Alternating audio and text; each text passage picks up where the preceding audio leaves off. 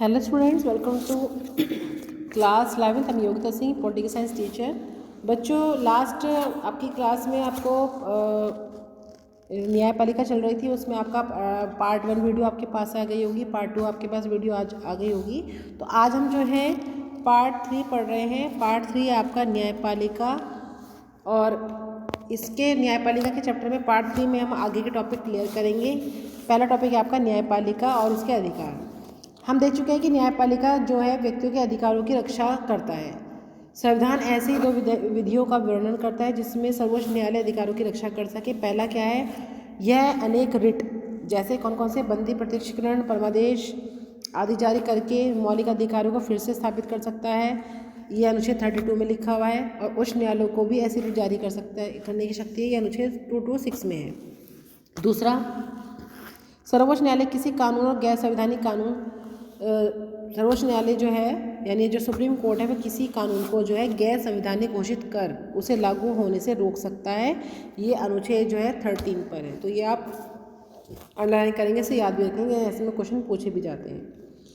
ये दोनों प्रावधान एक और सर्वोच्च न्यायालय को नागरिकों के मौलिक अधिकार के संरक्षक तथा दूसरी ओर संविधान के व्याख्याकार के रूप में स्थापित करते हैं। उपर्युक्त प्रावधानों में दूसरा प्रावधान न्यायिक पूर्वावलोकन की व्यवस्था करता है।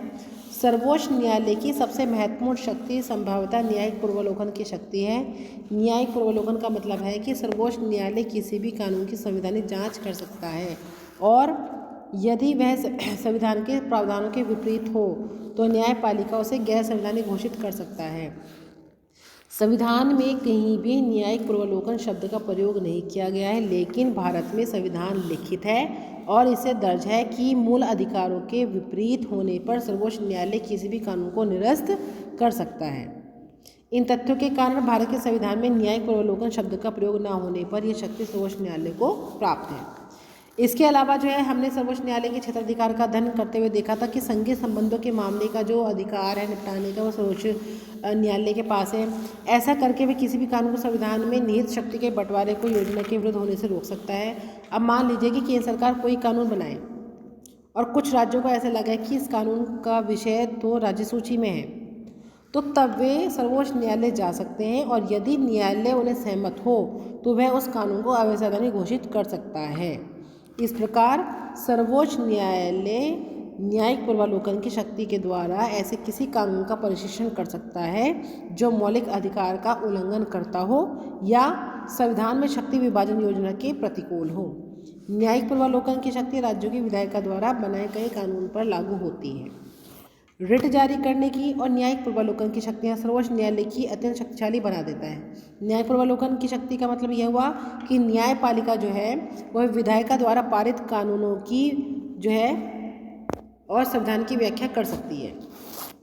अनेक लोगों का मानना है कि इसके द्वारा न्यायपालिका प्रभावी ढंग से संविधान की रक्षा करती है और नागरिकों के अधिकारों की भी रक्षा करती है। जनहित याचिकाओं में नागरिकों के अधिकारों की रक्षा करने की जो शक्ति है वो न्यायपालिका के पास है। उससे जो है न्यायपालिका की शक्ति जो है और ज़्यादा बढ़ जाती है। क्या आपको याद होगा कि अधिकार से संबंधित अध्याय में हमने शोषण के विरुद्ध अधिकार पढ़ा था। ये अधिकार जो है बंधुआ मजदूरों और लोगों की खरीद फरोख्त या खतरनाक काम करने वाले, बाल श्रम करने वालों पर, उन पर प्रतिबंध लगाया था। लेकिन प्रश्न ये है कि जिन लोगों के अधिकारों का उल्लंघन होता है वह अदालत का दरवाज़ा कैसे खटखटाए। जनहित याचिकाओं न्यायिक सक्रियता के न्यायालय के लिए संभव हो पाया है कि वे उल्लंघनों के मामले पर विचार कर सकें। इससे न्यायपालिका ने अनेक मुद्दों पर विचार किया, जैसे जेल के अंदर पुलिस द्वारा कैदियों की आंखें फोड़ना, पत्थर की खदानों में काम करने की अमानवीय दशा, बच्चों का यौन शोषण, है ना। तो इस प्रवृत्ति ने गरीब व पिछड़े वर्ग के लोगों के अधिकारों को अर्थपूर्ण बना दिया है। अब आपका लास्ट टॉपिक है न्यायपालिका और संसद। न्यायपालिका ने अधिकार के मुद्दे पर तो सक्रियता दिखाई है, राजनीतिक वक्ताओं से संविधान को ठेंगा दिखाने की प्रवृत्ति पर अंकुश लगाया है। इस कारण जो विषय पहले न्यायिक पूर्वावलोकन के दायरे में नहीं थे उन्हें भी अब इस दायरे में ले लिया गया है, जैसे कि राष्ट्रपति और राज्यपाल की शक्तियाँ।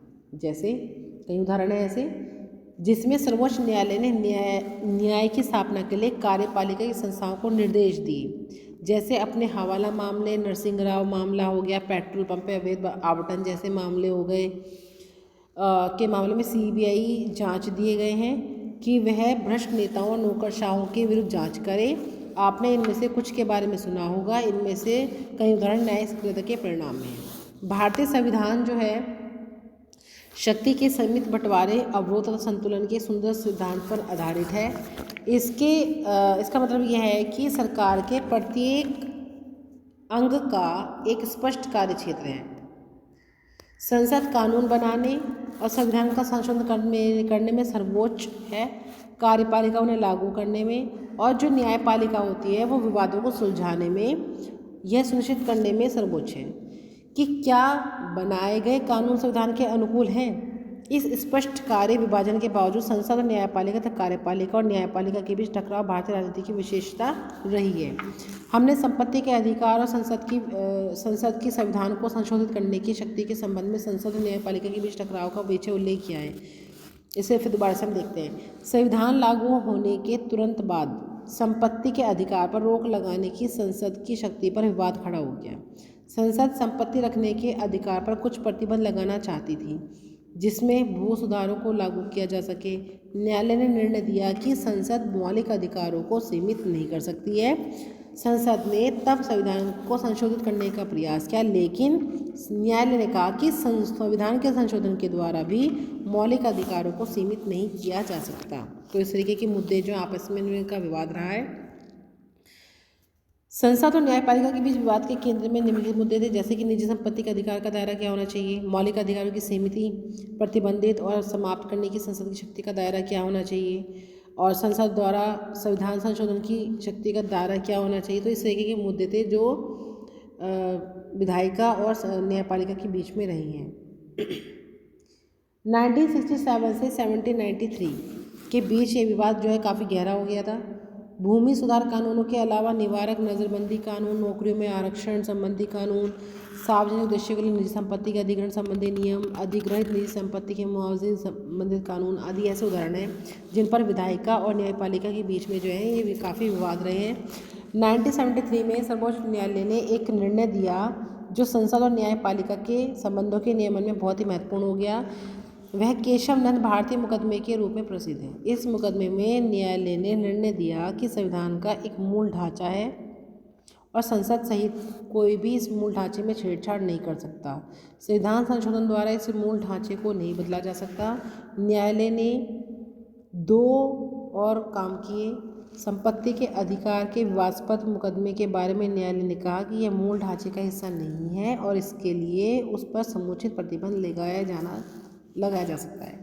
दूसरा, न्यायालय ने निर्णय करने का अधिकार अपने पास रखा कि कोई मुद्दा मूल ढांचे का हिस्सा है या नहीं। यह निर्णय जो है न्यायपालिका द्वारा संविधान की व्याख्या करने की शक्ति का सर्वोत्तम उदाहरण है। इस निर्णय ने विधायिका और न्यायपालिका के बीच विवादों को प्रकृति बदल दी। जैसे हम पढ़ चुके हैं कि संपत्ति का अधिकार को मौलिक अधिकार की सूची में 1979 में से हटा दिया गया था। जो हमारे पहले 7 मौलिक अधिकार थे, फिर संपत्ति का अधिकार को जो है मौलिक अधिकार से हटा दिया गया था। तो इसने शासन के 2 अंगों के बीच संबंधों की प्रकृति बदल गई। फिर भी इन दोनों के बीच उसको कानूनी अधिकार बनाया था, मौलिक अधिकार से उसको हटा दिया था। फिर भी इन दोनों के बीच विवाद के कुछ बिंदु बचे हैं, जैसे कि क्या न्यायपालिका विधायिका की कार्रवाई का नियमन और उसके हस्तक्षेप कर उसे नियंत्रित कर सकती है। संसदीय व्यवस्था में संसद को अपना संचालन खुद करने तथा सदस्यों का व्यवहार नियंत्रित करने की शक्ति है। संसदीय व्यवस्था में विधायिका को विशेष अधिकार के हनन का दोषी पाए जाने पर अपने सदस्यों को दंडित करने का अधिकार है। जो व्यक्ति विधायिका के विशेष अधिकार का हनन का दोषी हो, क्या वह न्यायालय की शरण ले सकता है। सदन के किसी सदस्य के विरुद्ध अथवा स्वयं सदन द्वारा यदि कोई अनुशासनात्मक कार्रवाई की जाती है तो क्या वह सदस्य न्यायालय में सुरक्षा प्राप्त कर सकता है। ये मुद्दे अभी भी सुलझे नहीं पाए हैं और दोनों के बीच विवाद का विषय बन रहे हैं। इसी प्रकार संविधान यह व्यवस्था करता है कि न्यायाधीशों के आचरण पर संसद में चर्चा नहीं हो सकती है, लेकिन अनेक अवसरों पर संसद और राज्यों के विधान सभाओं में न्यायपालिका के आचरण पर उंगली उठाई गई है। इस प्रकार न्यायालय ने भी अनेक अवसरों पर विधायिका और आलोचना की है और उन्हें अपने विधायिक कार्यों के संबंध में निर्देश दिए हैं। विधायिका इसे संसदीय संप्रभुता के सिद्धांत के उल्लंघन के रूप में देखती है। तो बच्चों आज हमने जो है ये चैप्टर हमारा फिनिश हो गया है। इस बुक को आप 2-3 बार रीड करें, वीडियो को 2-3 बार देखें, चैप्टर जो आपको तभी समझ में आएगा। Thank you, have a nice day.